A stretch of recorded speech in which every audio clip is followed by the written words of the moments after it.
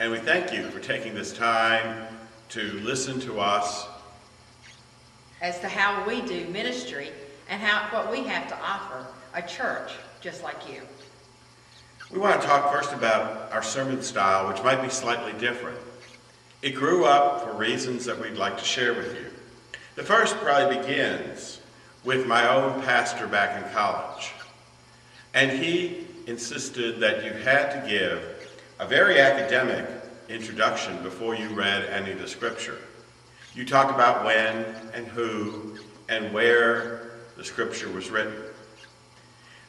As we preached, we learned that maybe we needed to do something more than just the academic background, although that can be very important.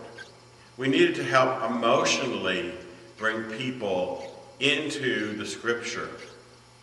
And so the scripture became the center for us of the sermon, not only in its theme, but in the structure of the sermon.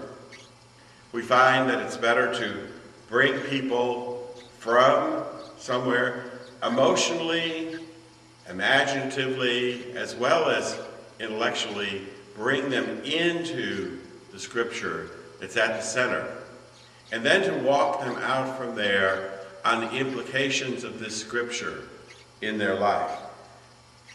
Also, I did my Doctor of Ministry in how do we preach in a media generation, in a media world that's changed even faster since I got that degree. And we found that we were particularly able to preach in a dialogue fashion.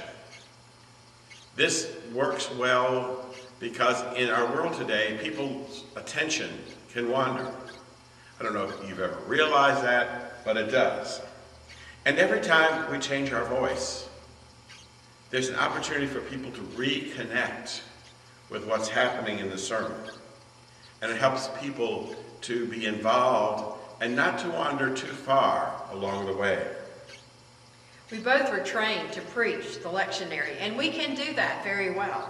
But what we have found over the years is that for the fuller life of the church, it's more about preaching a variety of series that offer a full life within the life of the church and through the year.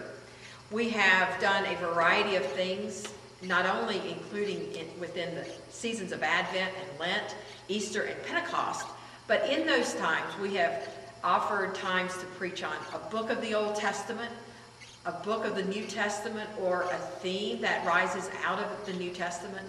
It might be a topic that is relevant for today that people are wondering about. It also can be a theological point that we're trying to work on. It might be the Trinity, or what does it mean to follow Jesus? But we also work on, in the summer times, offer the congregation a chance to ask their questions of what would they like to hear a sermon on. And we have a variety of opportunities and have had a variety of sermons on all kinds of topics. We also structure worship around a liturgical as well as with a definite form and order and structure in worship, following that which comes from Isaiah. But our children are an important part of the life of the church, and we incorporate them not only into worship, but into the full life of what it means to be the Church of Jesus Christ. But in worship, we do have a time for the children's sermon, when our youngest come forward and we have a moment with them. Then afterwards, they are asked to go with the leaders to a time called Children's Church. And this is a time when the children are offered a chance to learn about the scripture that we're preaching on in the formal worship time. And they are learning the scripture through activities, through crafts, through all kinds of things on their level. And then at the end of that time, at the end of the sermon, they're invited back into the sanctuary to be a part of the entire worship service. It's a great way for our children and our families and all the people of God to be working together on the same scriptures week after week after week. We think that we benefit as well as the church if we work together as co-pastors. We have the abilities to offer our unique gifts. We're both perfectly able to do all of the aspects of ministry, but we have certain passions and certain things that we can do better. And we play to our strengths. And that benefits not only us, but it also benefits the congregation. For example, I have my strengths that are in the area of children and youth, as well as music and pastoral care. And right now I'm working on a certification in spiritual direction. And I have a passion to help the congregation discover God's vision and how they can live that vision out. But I also have strong gifts in administration, in making systems that work, and am the primary sermon writer. And yet we both can do pastoral care very well. As well as mission. And we enjoy incorporating into the life of the church any kind of media that we can, whether it's video or PowerPoint or Facebook, or however it is the best way to connect and communicate with the congregation. Because we've realized that today communication is totally different. And in most congregations, there's not just one way it happens.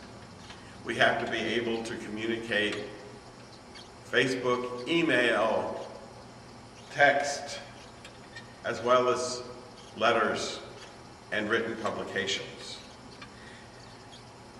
We hope that you would consider this, and if our talents would meet the needs within your congregation.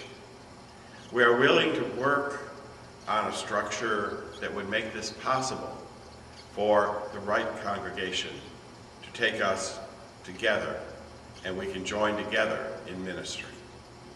Thank you for listening to us, and we hope and look forward to having further conversations.